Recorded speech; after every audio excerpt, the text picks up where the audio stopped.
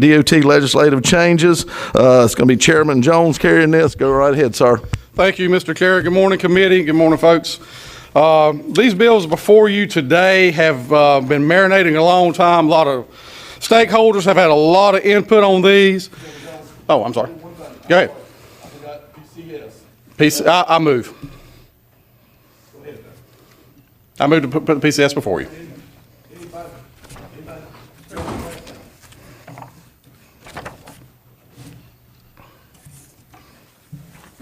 Go ahead.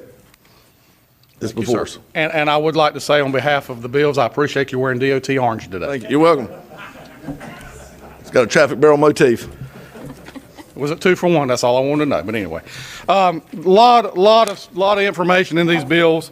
They have been sitting out there a long time. I've courteously went through with my Democrat friends, my Republican friends, people in the private sector to get through these. 198, just quickly, there's just a few changes in there. Progressive design build, delivery method, the increase for the cap for the project. Authorize Department of Transportation to start as a statewide purchasing. We're going to do a specific material substitution requirement. That was a DOT request. Some roadside and roadway impacts. Adjust requirements for ROW registrations. Extend duration of the North Carolina Bond Act. Remove DOT employee limit on travel. And I'm sure you went through, rather than just sit here and go through every single section. Mr. Chairman, I'll stand for any questions or comments that I can answer for the committee. Representative Jackson. Yes, good morning. Thank you, sir. I have a question about the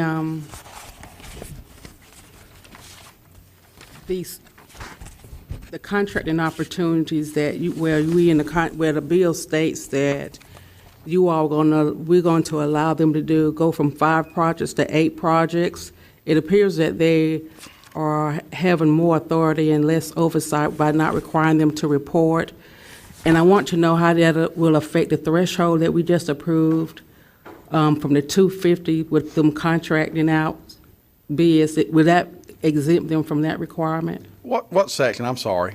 Which I'm section? sorry. It is I've got mine broken down a little different. Okay, this is section 3 on page 1. On the PCS is what I'm looking at, sir. All right. So today, what I've asked to do is, the stakeholders came in, DOT's actually got a liaison here, and I'm going to ask her to address that so she says specifically. So, Mr. Chairman, if you could call on Ms. Jackson, please. Ms. Jackson, would you please come speak to us? Thank you, Lee Jackson, Legislative Director, NCDOT. Thank you for your question, Representative Jackson. No, ma'am, that will not exempt us from having oversight or reporting on that. This section is modeled after the CMGC method that we currently utilize. Everyone who knows the Toyota Megasite, that was one of the projects selected for that pilot program. Once the project is completed, we report back to the General Assembly on the progress of that to determine how that method was utilized, and so the same would apply for the progressive design build. We would report back and understand how it went through the process and if that's the best method moving forward for specific projects. Follow-up question, please. Follow up. Mr. Jones, do you take it? Yes, absolutely. The follow-up question is, as it relates to the Integrated Mobility Division, is that now the new name for Public Transportation Division? Mr. Chair, I'll yield to Ms. Jackson for the answer. Ms. Jackson? Get her turned on. Mike, that is. Can hear? There we go.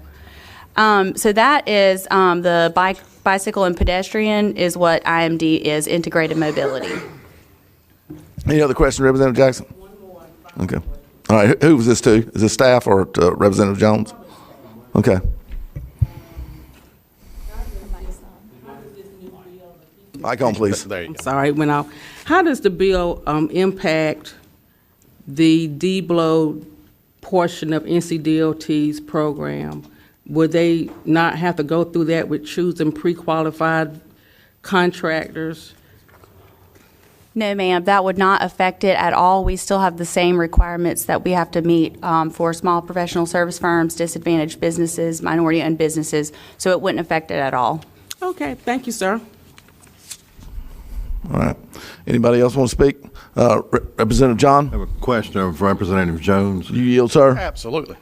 Representative Jones, upon receiving the PCS last night, I had asked to be drafted this morning an amendment striking sections 33A and B, pages 10 through 12, kneeling with outdoor advertising. And in discussing with you prior to the meeting, I learned that this section has been agreed upon between DOT and the outdoor advertising folks. Is that correct? Yeah, Representative John, thank you for coming by and sharing that with me before we got to committee, and that is correct. The Secretary of Transportation, as well as stakeholders in outdoor advertising, came to this agreement. This is agreed upon language by the department that they are okay with this language. Okay. In that event, I'll withdraw the amendment and not Thank you, present it. sir. Thank you very much. Yes, sir. All right. If not at this time, we do have looks like maybe 3 people that wish to speak on the DOT bill from the audience. Is Colonel Freddie Johnson, is he there? No, he's not here. Okay, we'll move forward. Looks like Chief Estella Patterson. Yes, sir. Good morning. My name is Estella Patterson, and I want to thank you for this opportunity this morning. It is my honor to serve as the Chief of Police for the Raleigh Police Department.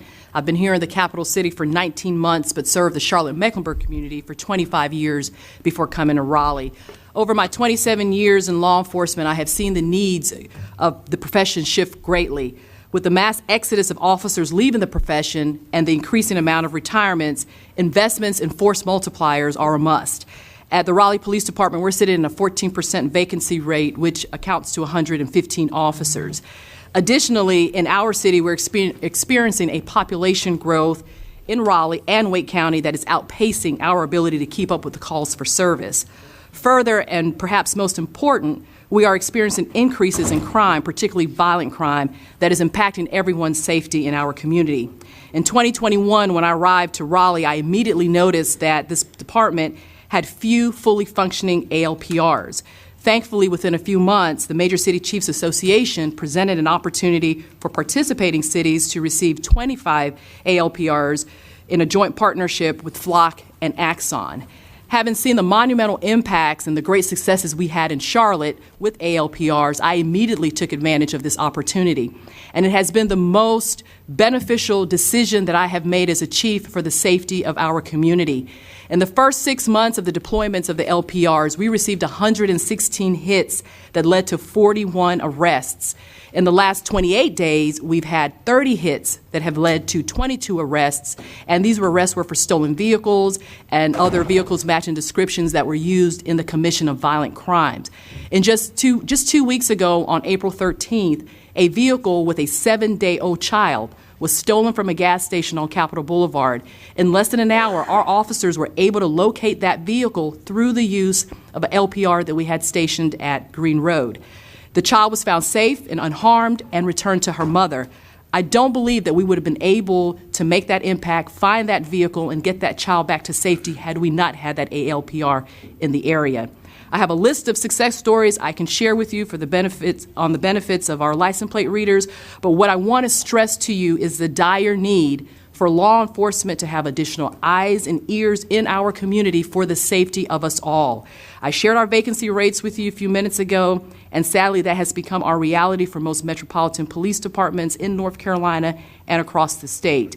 And the reality is, as a chief, I don't want that to be our new normal, seeing those kind of rates, because it is overtaxing the resources that we currently have within our police department.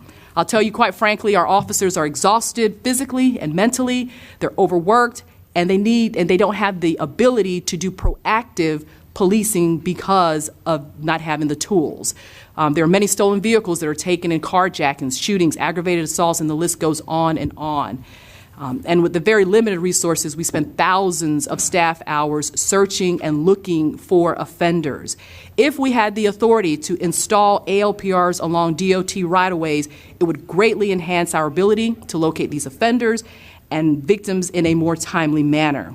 Now, please note definitively, I am not supporting this legislation as a pretext to use license plate readers for locating vehicles for minor traffic offenses.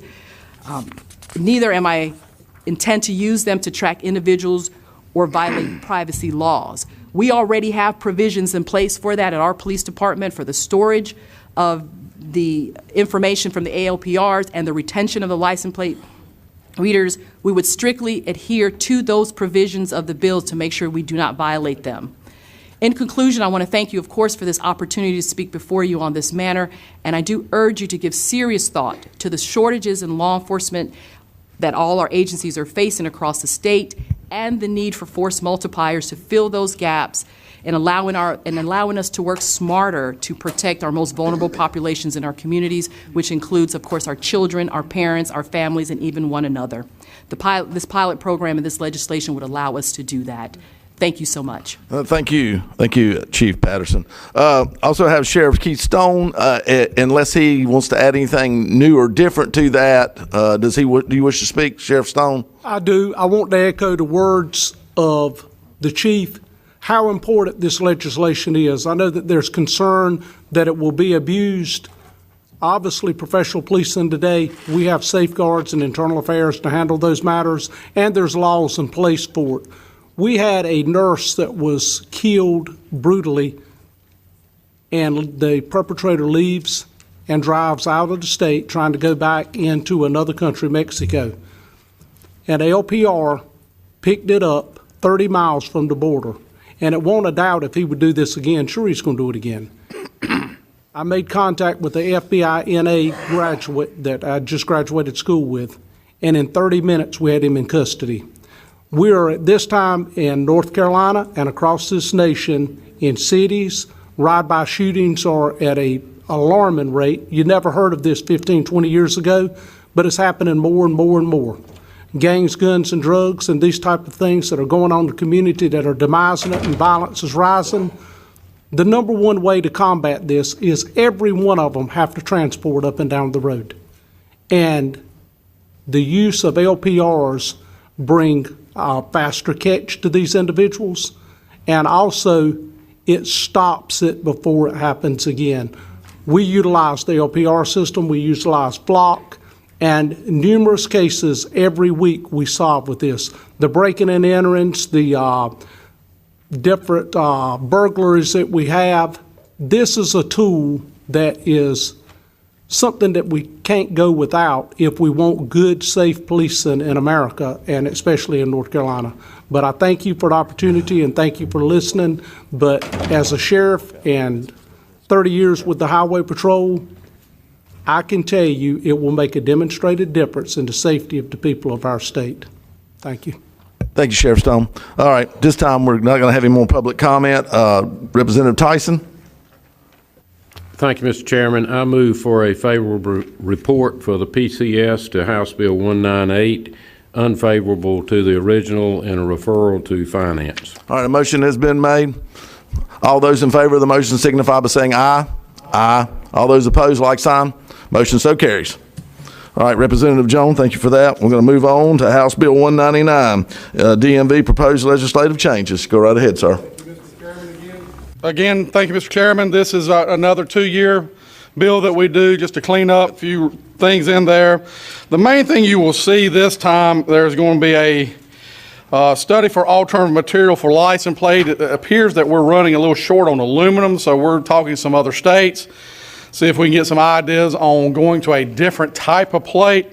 The next biggest change would be print on demand for temporary registration plates.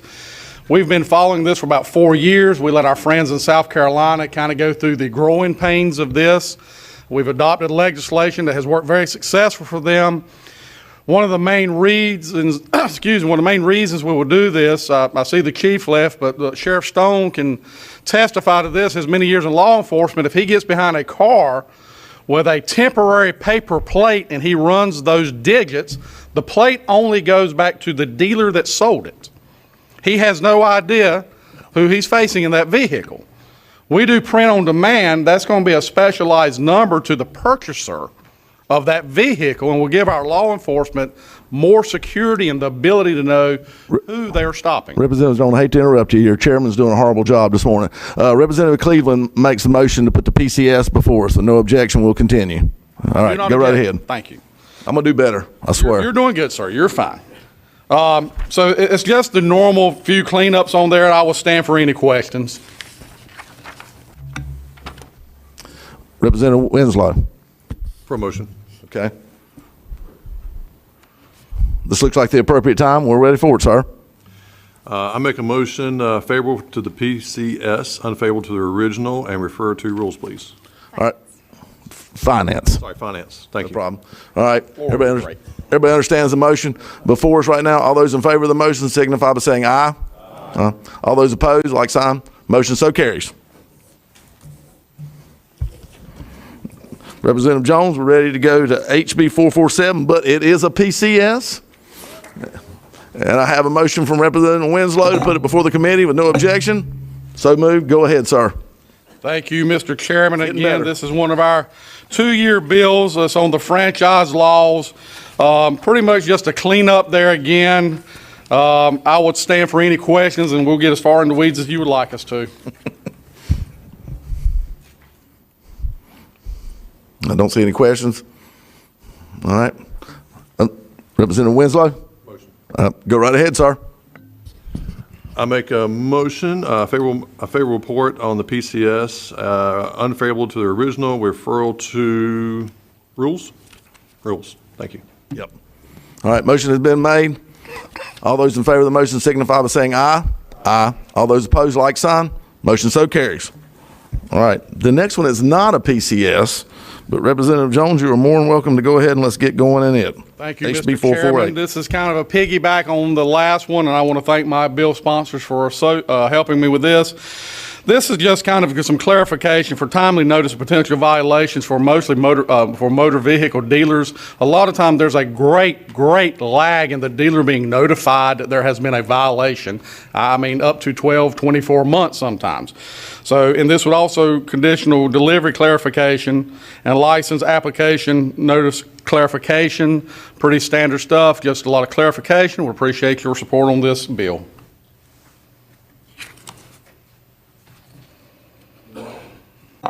Representative Winslow. I know what you're asking. You can go ahead and do it. I make a motion on House Bill 448, favorable report, and refer to rules, please. Okay, motion has been made on the floor. All those in favor of the motion signify by saying aye. Aye. All those opposed, like sign. Motion so carries. And I think you're going to do 577, aren't you, sir? I'm going to stand in for 577 if I could, please. That'd be great. Go right ahead, sir. Thank you. I'm walking the dog here from Representative Carson Smith. It's just a study bill that he has asked that we do. DMV is supportive of this, requested that be a study, come up for a plan to implement this. It would be putting an emergency contact on certain driver license, and I know Representative Smith would greatly appreciate your support on this study bill. Representative Winslow. Go right ahead, sir. Yes, sir. Thank you very much. Make a favorable motion on House Bill 577, refer to rules, please. All right, motion has been made. All those in favor of the motion signify by saying aye. Aye. All those opposed, like sign. Motion so carries. Mr. Chairman, thank you. Committee, thank you. Thank you, sir. Next up, we have House Bill 309, inspection of low-speed vehicles. Representative Eiler. And as PCS, Representative Faircloth asked to come before the committee with no objection. No objection heard. Go right ahead, Representative Eiler. Thank you, Mr. Chairman. What's a low-speed vehicle? Well, some people think they're golf carts, but they've been upgraded to go 25 miles an hour. They are legal for the street use on the street. They've got to have seat belts, turn signals, and all the safety equipment, almost like a regular vehicle. But they're not allowed to drive on any road over 35 miles an hour. So let me give you a quick scenario, then answer any questions. We have one island in our county, in Brunswick County, about 800 permanent residents, but about 3,000 homes on it, second homes, rental homes, and so forth. But over half of those houses have a golf cart or a low-speed vehicle, as they're now called, that is licensed and has to be inspected. So what they have to do is a guy with a business that's on a 45-mile-an-hour road on the mainland has to come pick them up, charge $200, $250, pick them up, inspect them, take them back, And you can imagine this doing 1,000 times on, in a given year. So, and during the summer, we have a lot more than that because there are rentals over there. But the idea is that if you have a permanent location that meets all the state requirements, just like, I believe if you look at the PCS up in Section 1, is a regular station. You can also have a mobile site that you can go, like, for example, on the island, and have a mobile site where you can inspect them and not have to charge $200, $250 to pick them up and take them back. And all the gas and fumes or whatever carbon dioxide that uses up for regular vehicles. But these are normally electric, but they can be gas. We just changed the definition in another bill Representative Davis ran, that it can be gas, but normally they're electric. They're modified golf carts. And I'm going to quit calling them golf carts because I've been corrected by the staff that they're low-speed vehicles. So I urge your support of this. It would be a big help to our citizens that don't live on the mainland, that live on somewhere where there's not a 35-mile-an-hour road that can get to the inspection station. Thank you, Mr. Aller. Representative Aller. I got Representative Loftus. Thank you, Mr. Chairman. Question for the presenter. You yield? I do. Okay, go ahead, sir. In looking at, it would authorize for a licensed safety inspection station to do this inspection. Is that going to incur a cost to the low-speed vehicle owner? Which would have to be cheaper than the $200 tow bill. I would suspect that there would be a fee involved. We're not going to cap it, but the idea is it's going to be a lot less than picking them up and charging $200 to $250 to. One follow-up, Mr. Chairman. Follow up. Is there documentation that this so-called station will provide to ensure that you've had it inspected for those safety items? They have to do that to get their license sticker. It has to be inspected, just like your vehicle. A vehicle. To get their license sticker every year.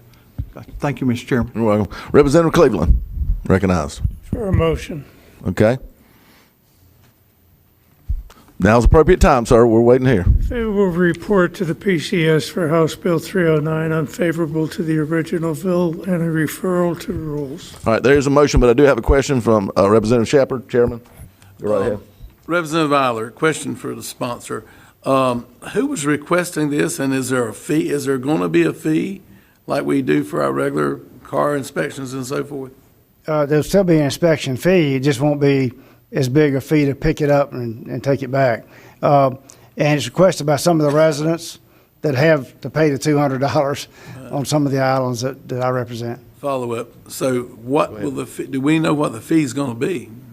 We don't. We'll leave that to the free market at this point. I think staff wants to comment on this. Go ahead. Sure. The Kellett Wade legislative analysis, the fee would remain unchanged for safety inspections. So that the $12 and plus the 85 cents would remain the same for safety inspections. There have been no other changes.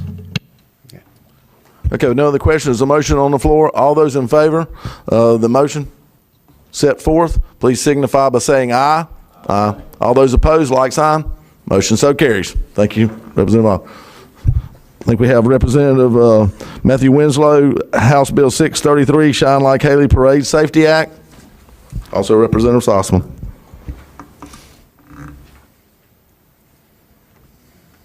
Good morning. Thank you very much Good morning, sir. for letting me speak this morning. Quick background, this is in response to the tragic accident in the Raleigh Parade this past Christmas.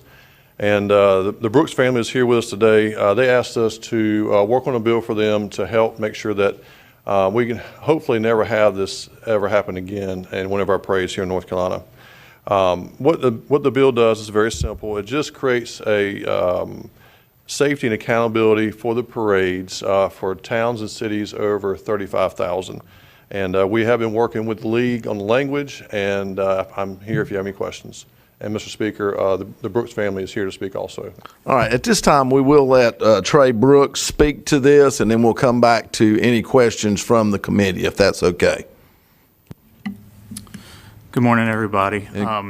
First off, I wanted to say thank you to Representative Winslow and Representative Salzman and Ms. Willis Bodie from the Senate that's sitting here with us today. We reached out to them probably about 6 weeks to 2 months ago and started discussing with them some concerns we had that, frankly, I don't think many parents are aware of when they take their kids to a parade. I think we all take for granted when we show up for the parade that there's basic safety guidance that's being followed, that's ensuring the safety of the parade and its participants and the spectators. In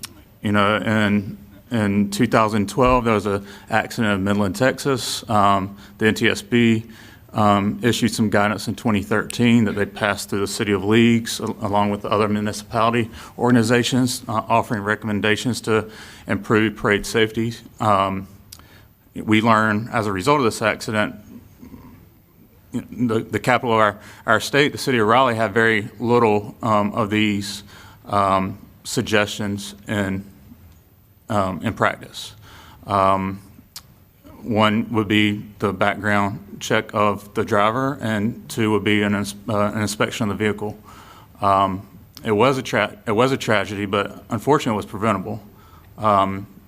The driver knew that the parking brake or emergency brake was not connected on the vehicle, and it could be seen pretty.